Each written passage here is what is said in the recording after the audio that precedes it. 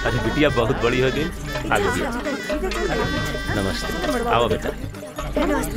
और सब ठीक बा? अरे बउआ सब ठीक बा? चलो आओ आओ।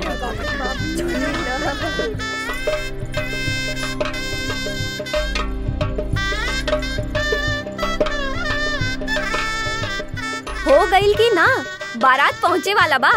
नंदुआ बतावत रहे कि बाराती खूब सज धज के आइल बाड़न जा, बहुते कार जीप लेके। हाँ अच्छा।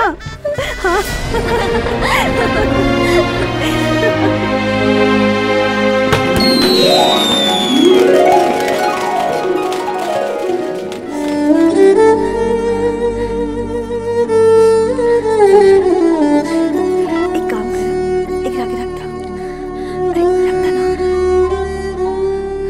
चंदा सुना, अरे हाय देखा, अब ये से रोवे धोवे लगलो।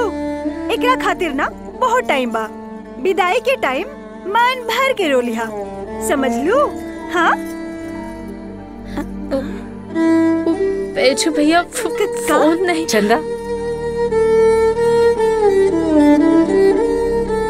सुप्रिया बेटिया, नाम मत लिया होकर, सब बर्बाद हो जाए। बड़ी मुश्किल से ही रिश्ता हो रहा बा, लड़का वाला इज्जतदार परिवार से बा। उनकरा के पता बा कि अब बैजू से हमनी के कोनो संबंध नहीं के। बैजू ही घर से निकल चुकल बा।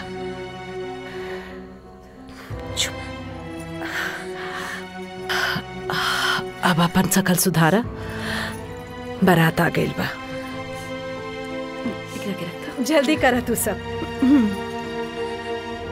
एकरा के रखता ना।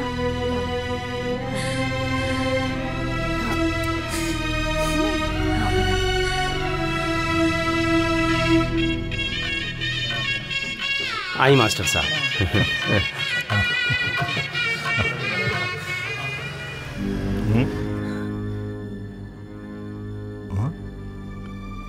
हाँ। किशन जी, रवा मालूम बाटे ना कि ई ब्याह कौना शर्त पे तय भइल रहे? रवा हमरा से झूठ बोलनिया। वो लौंडा नचनिया बैजू कब्बो ये घर से अलग ना भइल रहे, और ना रवा ओकरा के कब्बो एक घर से बेदखल कैले बानी। वो ई घर के हिस्सा रहल बा और अभियो बा।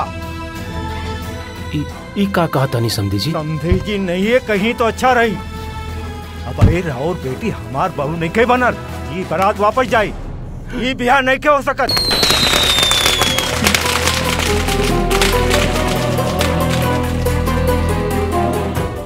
बाबूजी का भाई रुआ ऐसन करब? बाबूजी देखिए कुल ठीक नहीं है। हमने के अपन घर खातिर बहुत चाहत रही ना, और अगर ई ब्याह ना भइल तो हमने की इज्जत बर्बाद हो जाई। अरे अगर ये ब्याह हो गई तो हमारी इज्जत नीलाम हो जाए। तो चुपचाप जाके गाड़ी में बैठा। ये ब्याह ना हुई, ये हमारा आखिरी फैसला बा।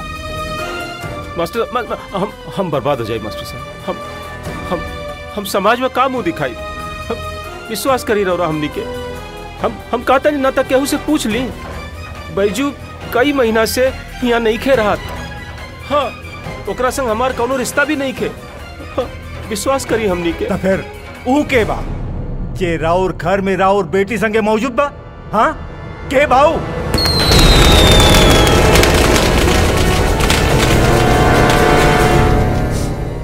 भैया अगर तू ना आई तो अब तो के कबू ना माफ करती।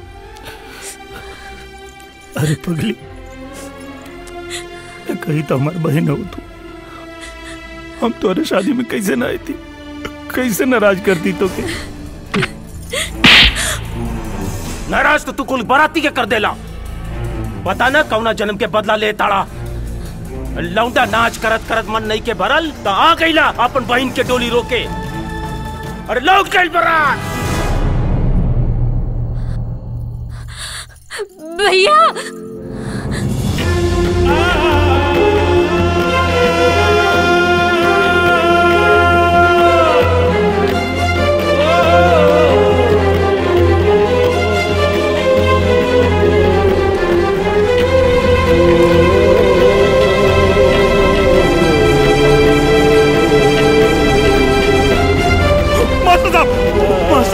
मास्टर साहब रुक मास्टर साहब रुक जाए मास्टर साहब गाड़ी रोका। मास्टर साहब ऐसा मत करी मास्टर साहब। हमरे बहन के का गलती बा मास्टर साहब? हमरे माई बाबूजी की का गलती है?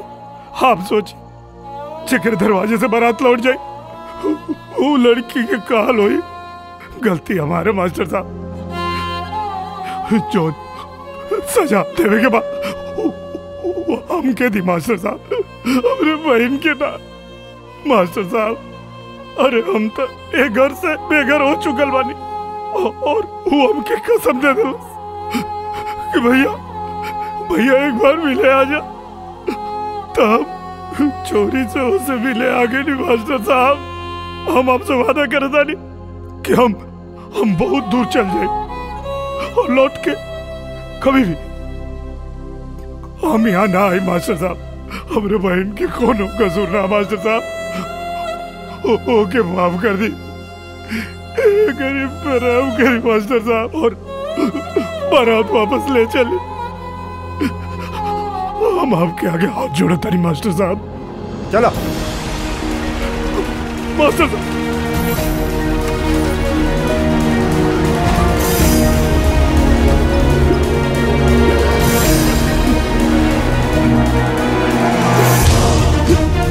चंदा हमार भाई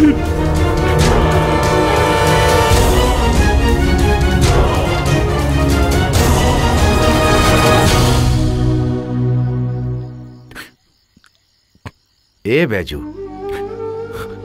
जौन होवे के रहे हो गई। ऊपर वाला के कुछ और मर्जी हुई। तू मजबूत इंसान बड़ा, फाइटर बड़ा। ऐसे रोवल ठीक नहीं खे। आपके कलाकार नहीं के रोवत महाराज। एगो बहन के अभागा भाई रोवत। पता ना हमार बहन कोने हाल में होगी। जवन भइल ठीक है भइल। जौन परिवार भाई बहन के अलका करे, दुआरी पे आके बाप के पगड़ी उछाले, वो परिवार के बहू बने के हमरो कोनो शौक नहीं खे। खैर बाप भगवान हमरा बचा लीन।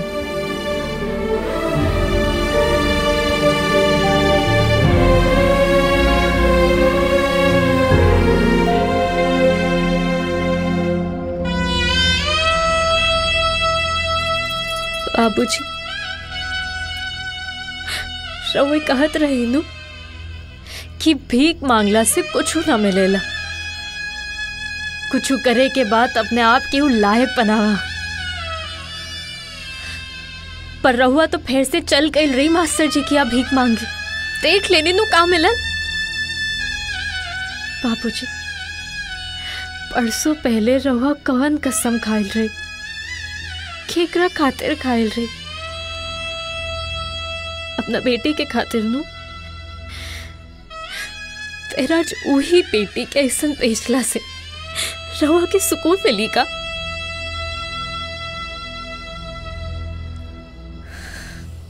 बैजू भैया ये घर के सदस्य रहलन और रही है। जेकरा हमरा अपनावे के बा हमरा अपनाई, यही रूप में जैसन हम बानी।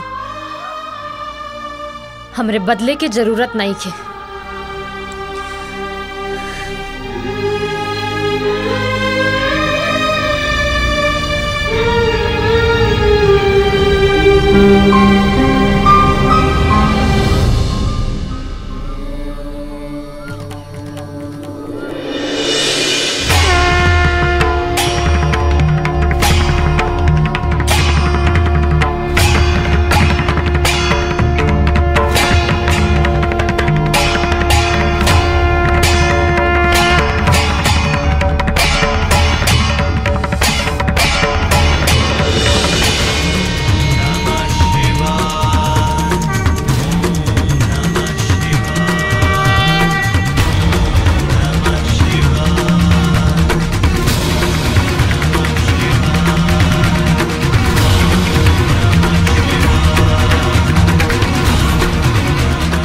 बैजू, ए बैजू, जल्दी चला, महाराज जी के दिल का दौरा पड़ल है। का? महाराज जी के दिल का दौरा पड़ल बा।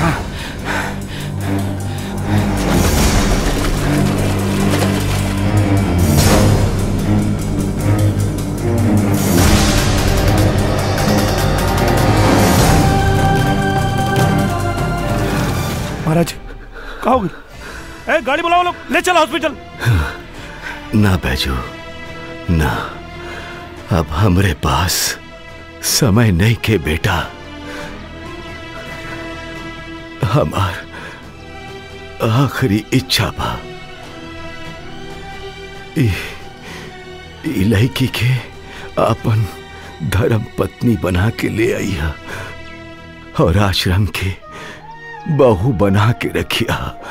एकरा में ओकर पता लिखल है, उतार इंतजार करतिया। बैजू महाराज।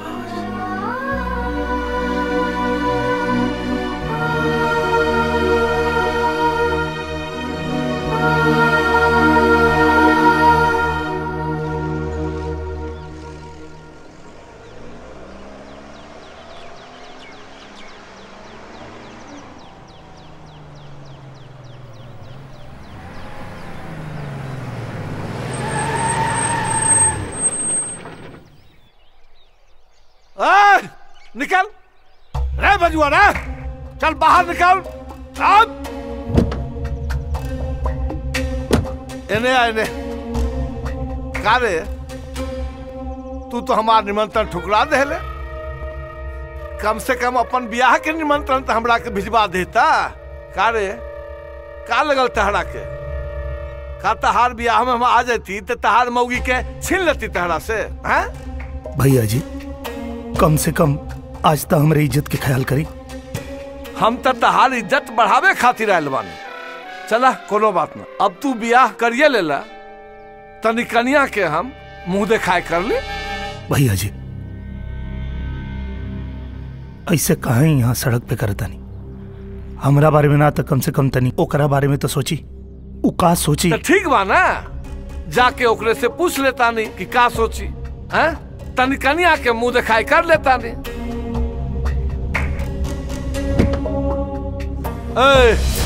अब पट से बाहर आबू कि अंदरे घुस के हमरा तहार दर्शन करे के पड़े?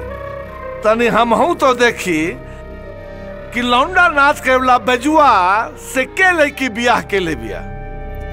अरे का नाम बा तोहार रे?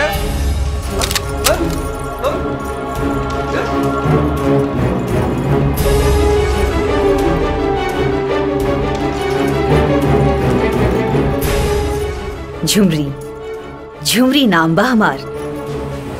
हम ब्याह कइले बानी, लकर ल मुंह दिखाए के रस्म पूरा। बहुते शौक रहे ना हमार दर्शन करे के। हटा बंदूक, अरे हटा ना। तहरा मालूम नहीं खे कि तहरा सामने भैया जी खड़ा बालन, कोई मामूली गांव वाला ना। ना तो ई बंदूक हटी ना हम। जिंदगी से प्यार होके तो अपन चमचन के साथ निकल जाए यहाँ से। तू टके की लड़की, तू भैया जी से मुंह लगावती है। खबरदार,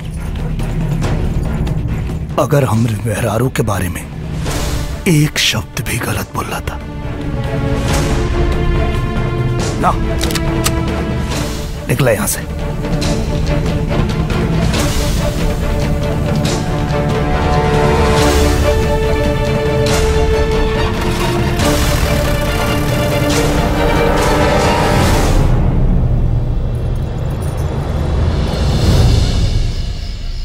आज पहली बार लागल है कि केहू हमरे साथ खड़ा बा। आज पहली बार एहसास भइला कि हम मर दे लौंडा नाच करत करत। हम तो अपन मर्दान ये भुला गए रनी। शायद यही से कहल जाला कि हर मर्द के सफलता के पीछे एक औरत के हाथ होला।